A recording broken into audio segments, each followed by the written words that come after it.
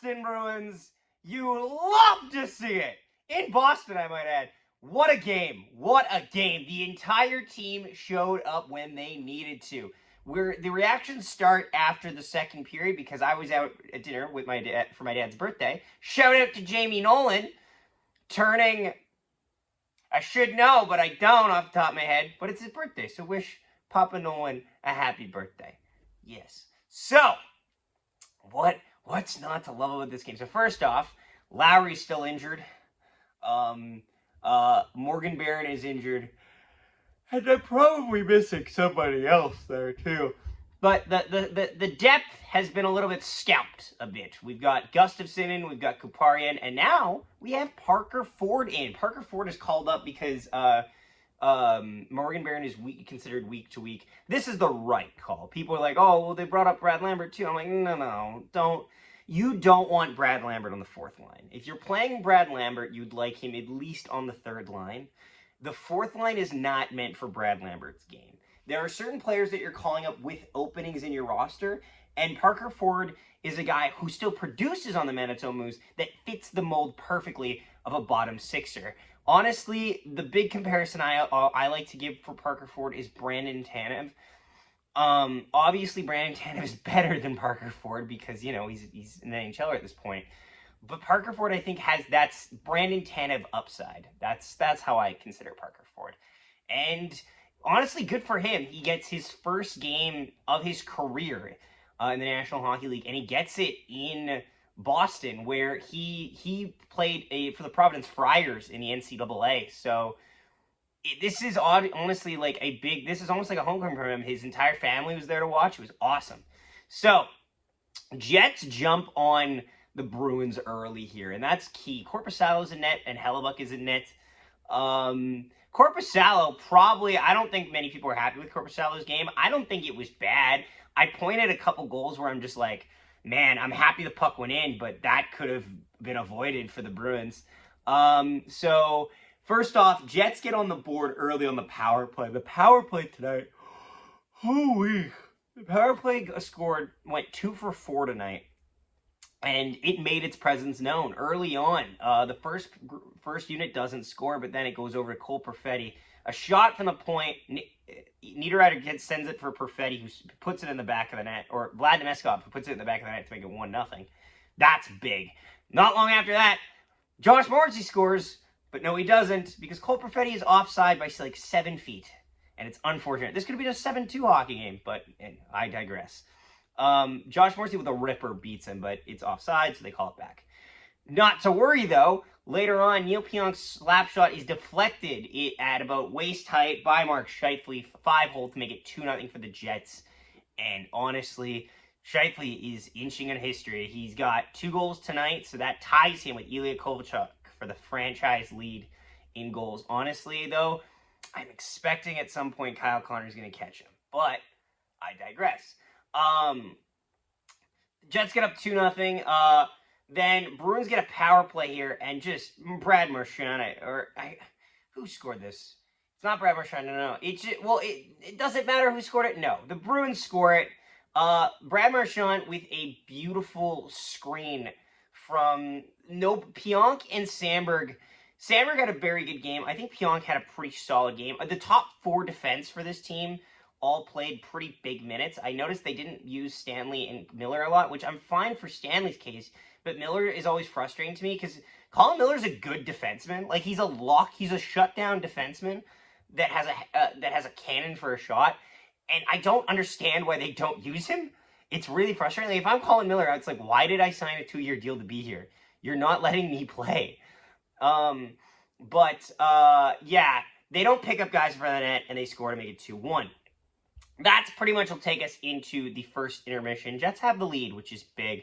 We go to the second period, and no goals are scored in this period. And there are good looks. Honestly, this period felt like coasting for both teams.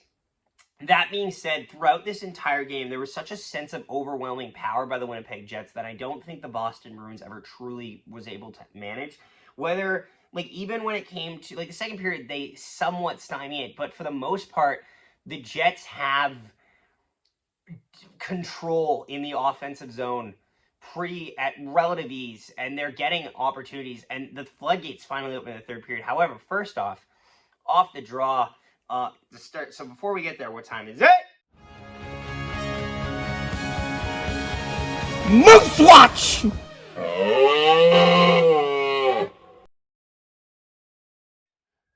It's Moose Watch. So, DiVincentis and Milic have switched places. Milic goes to the ECHL. DiVincentis goes to the AHL. Parker Ford has been called up. And not surprisingly, when Parker Ford, Nikita Chibrikov, and Brad Lambert all aren't playing, the Moose are not good at all. They get spanked again. Ben King was the only one to score a goal here. It's tough. It's a long season for the Manitoba Moose, is the way I'm going to put it. Yeah, a lost season, but you know what I mean? They're getting looks at players, and I appreciate them for that. I think guys that I would say this season has so far been at least a semi-success story for. In the system here, DiVincentis, I think this is good for him. I think this is a good first year for his development. I don't think it's a great second year. It's technically a first year development for Thomas Milic because he was on an AHL contract before, but I don't think it's a great year for him for his development. I think it's okay, just okay. Chaz Lucius, I think, has had a solid. I think this is a solid campaign for Chaz Lucius so far. I think he's doing the best with what he has. Other than that, it's not great. It's really not. Elias Salamonson has looked good, but after that, you're basically, I've picked one goalie, one defenseman, and one forward. That kind of tells you the state of the Manitoba Moose. But yeah, that was Moose Watch. So we go into the third period, and immediately the Bruins score off the draw, shorthanded, to make it 2-2. Well, that's not fucking great, is it? 11 seconds into the third period, and we are tied at 2. Ugh. A shorthanded goal by the Bruins. Concerning. It would be concerning, though, if it wasn't for the fact that the Jets immediately get one back. I'm trying to remember. Oh, Mark Scheifele gets allowed to dance in and roof it over Jonas Korpisalo to make it 3-2 to retake the lead. There's the response! Mark Scheifele! Not 20 seconds later! And we've got the lead again. And then, not long after, like literally bang bang, the Jets will then go bang bang as Mason Lohrei makes a 0 IQ play. The Jets, after this goal, are hounding the Bruins in their own zone. Bruins can't get it out.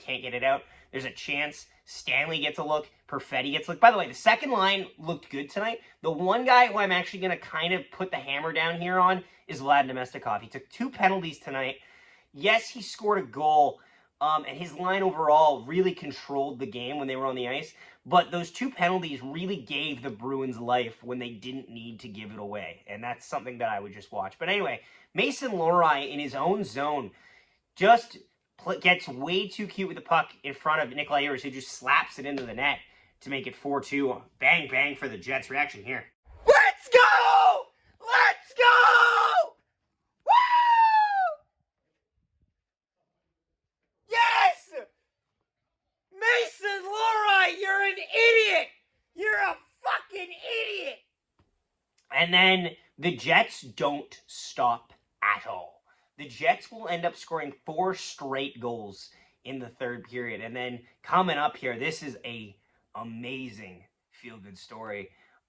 Parker Ford, in his first game, gets on the score sheet for his first National Hockey League goal. And as somebody who's covered Parker Ford from the time that we signed him as an ELC out of Providence College, to covering him when he was playing on the Manitoba Moose to now, it's really rewarding to see the Jets take this undrafted prospect and really develop him into a fringe bottom sixer, like fringe fourth liner, honestly. It's a great story. It's a feel-good story, and Parker Ford puts a bow on the night, scoring to make it 5-2. Reaction here. Yes! Parker Ford! His first NHL game!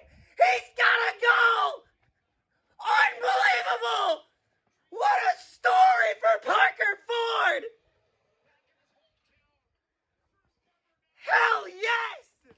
then the Bruins get a power play. They pull the goalie, and I'm like, sure, whatever. I'll take a free goal. Kyle Connor will get the free goal from Vlad Namestnikov on the empty net to make it 6-2 reaction here. Woo! And it is 6-2 for your Winnipeg Jets. Love to see it. Love to see it. And Kyle Connor adds another goal to his total. Nice. And the Jets dominate this third period. The third period, the Jets completely steamroll the Boston Bruins into the ground. There's no chance. They get one good look at it.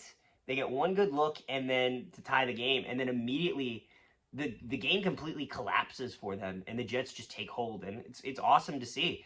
The Jets have now won 5 straight. It's just impressive. It's just impressive how this team is doing. And they got to keep it rolling. Because honestly, the West is a minefield. And you want that top spot in the West. You talk about top spot in the Central. That gets you against the Avalanche. I'd rather not do that again. I'd rather get top spot in the West. And so you got to stay with it. You could also win a banner, which would be really nice, winning the Central and the West. That would be sick. But yeah, Jets win 5-2. 3 stars of the game. The first star with 2 goals and tying the franchise record in goals is Mark Scheifele. Second star with his first career NHL goal in his first career NHL game is Parker Ford. Third star is going to be we're gonna give it to Cole Perfetti. Honestly, gets an assist tonight. I believe at least 1 assist tonight, and honestly, he just looks so good. Honorable mention will go to. Which way do I want to go with this one? Honorable mention goes to. We'll give it to Nikolai Ehlers, honestly. Found his way on the scoreboard. And honestly, getting that 4-2 goal, it's fluky, but that's the one that really puts this game on ice. And it was just the dagger to start for the Winnipeg Jets. So yeah, awesome. Thanks so much for watching, guys. Please leave a like on the video and subscribe. We'll see you next time. Have a lovely day. Go Jets, go. Nikolai Ehlers chips it through, gets it right!